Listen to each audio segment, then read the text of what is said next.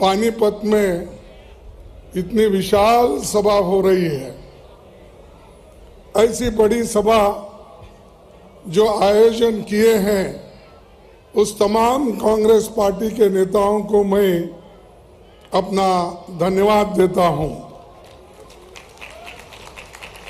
और ये पानीपत हमने इतिहास में पढ़ा है कि पानीपत में हमेशा युद्ध होते रहे और यहाँ से हमेशा होते रही। और ये भूमि का गुण है कि लड़ाई करना और जीतना। वैसा ही आज भारत जोड़ो की जो लड़ाई है और हमारे नेता राहुल गांधी जी जो पादयात्रा अब तक 3000 किलोमीटर तक पूरा किए हैं और आगे अभी 300-400 किलोमीटर बाकी है, वो जल्द से जल्द कंप्लीट होगा और जम्मू और कश्मीर में जाकर वहां पर तिरंगा झंडा फैलाएंगे। और ये उनका ये साहस और उनका ये धैर्य देखकर सबको अचंभा हुआ है। भाई हम तो राहुल गांधी जी को दिल्ली में देखते थे, एसी के कमरे में देखते थे, गाड़ी में देखते थे, लेकिन ये राहुल अलग निकले जो कन्याकुमारी से लेकर पानीपत तक अपना जो पादयात्रा पूरे किए हैं। ये इससे देखिए वो ठंडी में, पहले बारिश में, धूप में, हर तरह के सीजन में उन्होंने चलते रहा और उनके पीछे जो हमारे भारत जोड़ो यात्री हैं वो भी चलते रहे। इसीलिए मैं उनको बधाई देता हूं। और ये जो उन्होंने हमारे युवकों में धैर्य साहस दिलाया है ये बहुत बड़ी बात है। लेकिन ये सब जो कुछ हो रहा है ये किसके लिए हो रहा है कि जनता को जो पीड़ा हो गई है और जनता का जो पीड़ा है उसको दूर करने के लिए, जैसा कि आज महंगाई बढ़ी है, महंगाई इतनी ऊपर चले गई है कि उसको सरकार नीचे लाने की कोशिश ही नहीं कर रही, क्योंकि उनको फिक्र नहीं है। वो हमेशा बड़े लोगों के साथ रहते हैं और उनको इस जो कीमतें इतने ऊपर चले गए, जो हमारे आवश्यक वस्तु के कीमतें इतने ऊपर, गरीब आदमी कोई उसको छू नहीं लेता या उनके सारी चीजों को अपनी पूर्ति नहीं करता। ऐसे एक वक्त इन्फ्लेशन, इस इन्फ्लेशन के खिलाफ उनकी लड़ाई है। दूसरी लड़ाई अनएम्प्लॉयमेंट 45 यानी 45 इयर्स में इतना बड़ा अनएम्प्लॉयमेंट कभी नहीं हुआ। आज उसके लिए वो रास्ते पे आकर लड़ रहे हैं। आज देखिए हर जगह युवा डिग्रियां लेकर बहुत से engineers, doctors, MBA, MA, BA, B.Ed होकर रास्ते पे गिरे हुए हैं। उनकी चिंता बीजेपी सरकार नहीं कर रही, उनकी चिंता मोदी जी नहीं कर रहे हैं, शाह जी नहीं कर रहे। और उनका एक ही काम बना है, जब से वो प्रधानमंत्री बने, जब से वो होम मिनिस्टर शाह बने, तब से उनका एक ही काम है कि देश में चुनाव चुनाव चुनाव का भाषण ही करते। देश के बारे में उनका सोच कुछ नहीं है। युवकों के बारे में उनका सोच नहीं है, इन्फ्लेशन के बारे में उनका सोच नहीं, देश के आर्थिक परिस्थिति के बारे में उनका सोच नहीं है। जहां जहां इलेक्शन करवाना, जिन लोगों को तोड़ना, ईडी के मदद से, इनकम टैक्स के मदद से, हर चीज से वो इस्तेमाल करके कांग्रेस को तोड़ने का देखते हैं।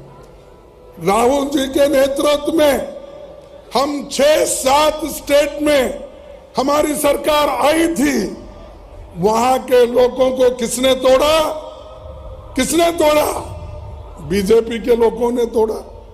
किसी को पैसे देकर, किसी को लालच देकर, किसी को बहका के, किसी को मिनिस्ट्री देकर, ऐसे चीज करके, और किसी को ईडी का डर दिखा के, इनकम टैक्स का डर दिखा के उन्होंने सारे सरकारें तोड़ दी। बात तो डेमोक्रेसी की करते हैं, लेकिन करते क्या है? डेमोक्रेटिकली जो चुने हुए सरकार है उनको एक एक करके गिराते जाते हैं और ऊपर से बोलते हम लोकतंत्र में विश्वास करते हैं। कहां है भैया आपका लोकतंत्र? हर जगह आप लोगों के वजह से, लोगों ने मदद करके जो सरकारें कांग्रेस सरकार बनाई उसको आप तोड़ते फिरते हो और भगवान का नाम तो लेते हैं, लेकिन इतना झूठ बोलते हैं। शायद ही कोई पॉलिटिशियन या कोई प्राइम मिनिस्टर, कोई होम मिनिस्टर आज तक इतना झूठ नहीं बोले। ये झूठों के सरदार है। हर 2 करोड़ नौकरियां देने का ये सच है झूठ कि उन्होंने कहा भाई मुझे चुन के लाओ, मैं एक गरीब आदमी हूं, मैं देश को बनाऊंगा, हर एक लोगों को, इस देश में रहने वालों को 2 करोड़ युवाओं को हर साल नौकरी दूंगा। दिया नौकरी?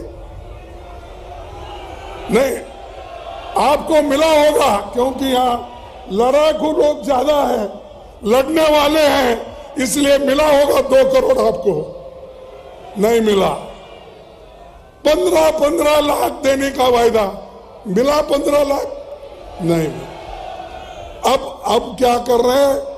त्रिपुरा में इलेक्शन है, वहां शाह चाहते हैं, वो कहते हैं भाई राम मंदिर बन रहा है, 1 तारीख उसका उद्घाटन है।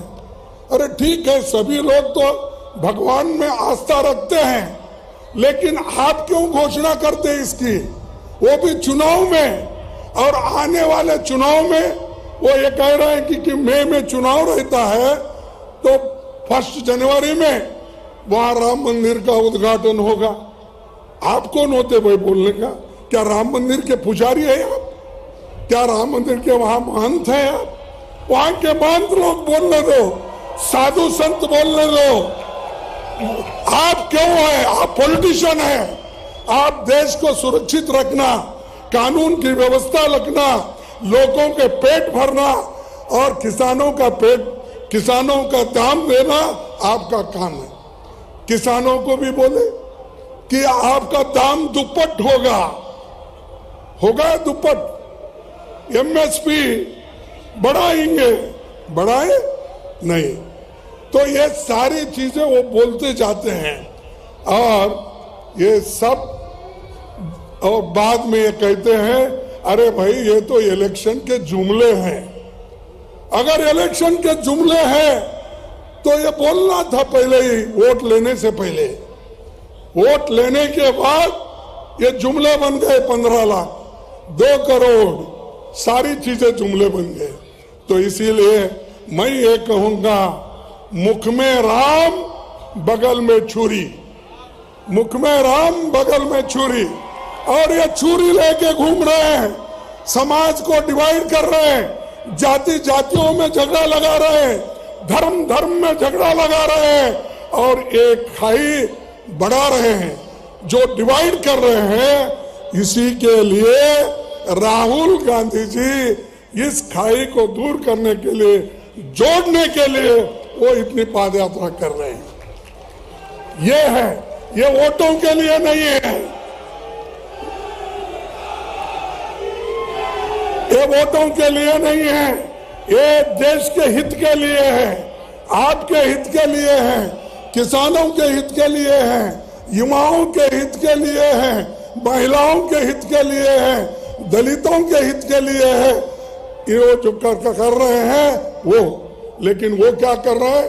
वोटों के लिए कुछ भी बोलो, क्योंकि लोग सुनते हैं और वो ये चाहते हैं कि जब तक लोग सुनते रहेंगे, वोट देते रहेंगे, ऐसे ही जुमले बोलते रहेंगे। ये उनका एक वादा है और उसी से निभाने की कोशिश कर रहे हैं। मैं एक बात कहूंगा कि भाई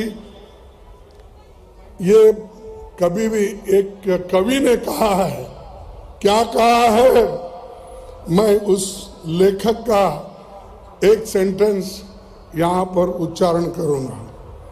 था तुझे गुरूर अपने लंबे होने का ए सड़क, था तुझे गुरूर अपने लंबे होने का ए सड़क, राहुल के हौसले ने तुझे पैदल की नहीं नाप दिया। था तुझे गुरूर अपने लंबे होने का ए सड़क, सड़क बोल रही थी मैं इतना लंबा हूं और वो उस पे गुरूर था उसको, लेकिन राहुल के हौसले ने तुझे पैदल ही नाप दिया, चल के ही नाप दिया। तुम कितने लंबे हो मैं देखता हूं। तो कन्याकुमारी से कश्मीर तक वो चलते जा रहे हैं और हम सबको उनके मदद में, उनके सपोर्ट में आना चाहिए। और युवकों को मैं खास करके विनती करता हूं कि अभी बहुत से चीजें हैं बोलने के लिए, लेकिन वक्त हुआ है, हमको पहुंचना भी है, राहुल जी भी आने वाले हैं, इसीलिए मैं ज्यादा वक्त न लेते हुए मैं इतना ही कहूंगा कि यहाँ के युवकों को फंसाने की कोशिश चली। अग्निपथ का उन्होंने एक विचार लाकर अब सबको स्टाइपेंडरी ग्रेजुएट, किसी को मिलिट्री नहीं, फौजी नहीं कहलाएंगे, वो सिर्फ उनको एक सर्टिफिकेट दिया जाएगा और वो सर्टिफिकेट लेके ही वो फिरते रहेंगे, नौकरी नहीं। 30 लाख नौकरियां इस देश में खाली है, चाहे डिफेंस हो, चाहे स्कूल्स हो, चाहे कॉलेजेस हो, चाहे सिविल सर्विस में हो, 30 लाख। लेकिन मोदी जी नहीं देंगे, वो इसलिए नहीं देंगे, 30 लाख में से 15 लाख नौकरियां schedule caste, schedule tribe, backward class के लिए जाएंगे। तो इसीलिए वो चाहते हैं अगर 15 लाख लोग गरीब अगर घर बसाएंगे, मजबूत होंगे, आर्थिक दृष्टि से मजबूत होंगे, तो हमारी परेशानी बढ़ जाएगी। इसीलिए वो 30 लाख नौकरियां नहीं भर रहे, ऐसे छोटी मोटी स्टाइपेंड देके लोगों को गुमराह कर रहे हैं। तो इसलिए दोस्तों, ऐसे सरकार को भी सबक सिखाना है और हमारा काम है और मजबूती के साथ रहना है। देश को बचाने वाले हम लोग हैं और देश के लिए कभी वो लोग नहीं लड़े, आजादी के लिए नहीं लड़े, अपनी कुर्बानी नहीं दिए, लेकिन सब कुछ किया कांग्रेस ने। और कांग्रेस जो की है उसका फायदा उठाकर आज हर जगह घूम रहे हैं। एक प्राइम मिनिस्टर निकलता है तो 100 गाड़ियां उसके पीछे। अरे क्यों भाई, पहले के प्राइम मिनिस्टर भी जाते थे, कितने गाड़ियां, 8, 10, 15 कुछ रहते थे। आज होम मिनिस्टर भी निकलता है, उसके पीछे भी 50 गाड़ियां। और हम यहां पर पानीपत पहुंचना चाहते थे हेलीकॉप्टर में, तो हमको क्लियरेंस भी जल्दी नहीं मिलता। ये बात चल रही है। इसलिए दोस्तों, और ज्यादा कुछ न बोलते हुए इतना ही कहूंगा, हम सब मिलकर रहेंगे, एकजुट रहेंगे, फिर कांग्रेस को लाने की पूरी कोशिश करेंगे।